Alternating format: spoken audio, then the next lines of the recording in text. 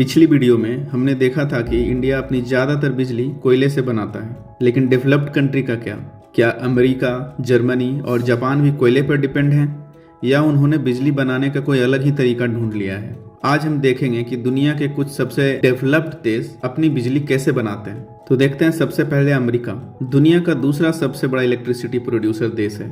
आपको लग सकता है कि अमेरिका की बिजली कोयले से बनती होगी, लेकिन अमेरिका की सबसे बड़ी इलेक्ट्रिसिटी सोर्स नेचुरल गैस है। इसके अलावा natural power, wind energy, solar और हाइड्रो भी उनके सिस्टम का सबसे इम्पोर्टेंट हिस्सा। अमेरिका ने अपनी इलेक्ट्रिसिटी को काफी डाइवर्सिफाई किया है, लेकिन नेचुरल गैस पर इतना भरोसा करने का मतलब है कि अमेरिका अभी भी फॉसिल फ्यूल पर काफी निर्भर है। तो क्या कोई ऐसा डेवलप कंट्री है जो फॉसिल फ्यूल पर बहुत कम डिपेंड करता हो? इस सवाल का सबसे बड़ा जवाब है फ्रांस। फ्रांस की लगभग 2/3 इलेक्ट्रिसिटी न्यूक्लियर पावर प्लांट से आती है, यानी फ्रांस की बिजली का सबसे बड़ा सोर्स कोयला या गैस नहीं बल्कि यूरेनियम है। इस वजह से फ्रांस का इलेक्ट्रिसिटी सिस्टम दुनिया का सबसे लो कार्बन इमिशन सिस्टम में से एक माना जाता है। लेकिन हर देश ने फ्रांस जैसा रास्ता नहीं चुना। जर्मनी ने बिल्कुल अलग एक्सपेरिमेंट किया। जर्मनी ने रिन्यूएबल एनर्जी पर बहुत बड़ा दांव खेला है। जर्मनी ने अपना न्यूक्लियर पावर प्लांट लगभग बंद ही कर दिया है और फोकस शिफ्ट कर दिया है विंड और सोलर एनर्जी पे। और जर्मनी की लगभग आधी इलेक्ट्रिसिटी रिन्यूएबल सोर्सेज से आती। लेकिन चैलेंज तब आता है जब हवा कम हो और धूप ना निकले। जर्मनी रिन्यूएबल एनर्जी का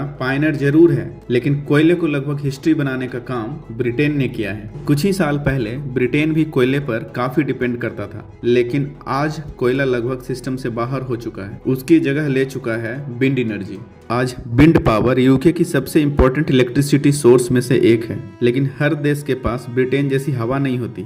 कुछ देशों को अपनी एनर्जी का सबसे बड़ा हिस्सा बाहर से लाना पड़ता है, और इसका सबसे बड़ा एग्जांपल है जापान। जापान के पास ना ज़्यादा कोयला है, ना ही ज़्यादा तेल है, ना ही नेचुरल गैस ज़्यादा है।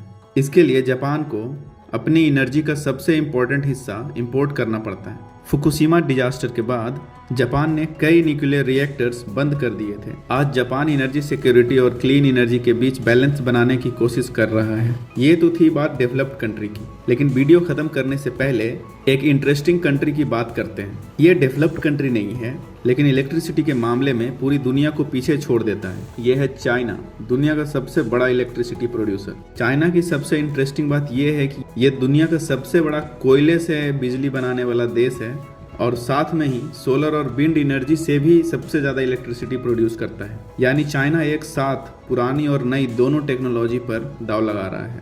तो हमने देखा कि हर देश ने अपने रिसोर्सेज और चैलेंजेस के हिसाब से अलग अलग रास्ता चुना है। अमेरिका नेचुरल गैस पर, फ्रांस न्यूक्लियर पावर पर, जर्मनी रिन्यूएबल एनर्जी पर, ब्रिटेन ऑफशोर विंड पर, जापान एनर्जी इंपोर्ट पर, और चाइना स्केल और रिन्यूएबल एक्सपेंशन का एक यूनिक कॉम्बिनेशन है। एक और इंटरेस्टिंग फैक्ट, हमें लगता है कि अमेरिका में बिजली बहुत महंगी होगी, तो सिर्फ रेट देखने से जर्मनी और यूके की बिजली सबसे महंगी लगती है, लेकिन कमाई को भी साथ में रखें तो तस्वीर बिल्कुल बदल जाती। अमेरिका की 15 रुपए वाली बिजली इंडिया के हिसाब से लगभग 1.5 रुपए यूनिट, और पाकिस्तान के 10.5 रुपए वाली बिजली इनकम के हिसाब से इंडिया से भी महंगी पड़ती है। यानी बिजली कितनी महंगी है ये सिर्फ रेट नहीं बताता, असली फर्क पड़ता है कि लोग कितना कमाते हैं। और इसी वजह से दुनिया के अलग अलग देशों में बिजली की अफोर्डेबिलिटी काफी अलग होती है।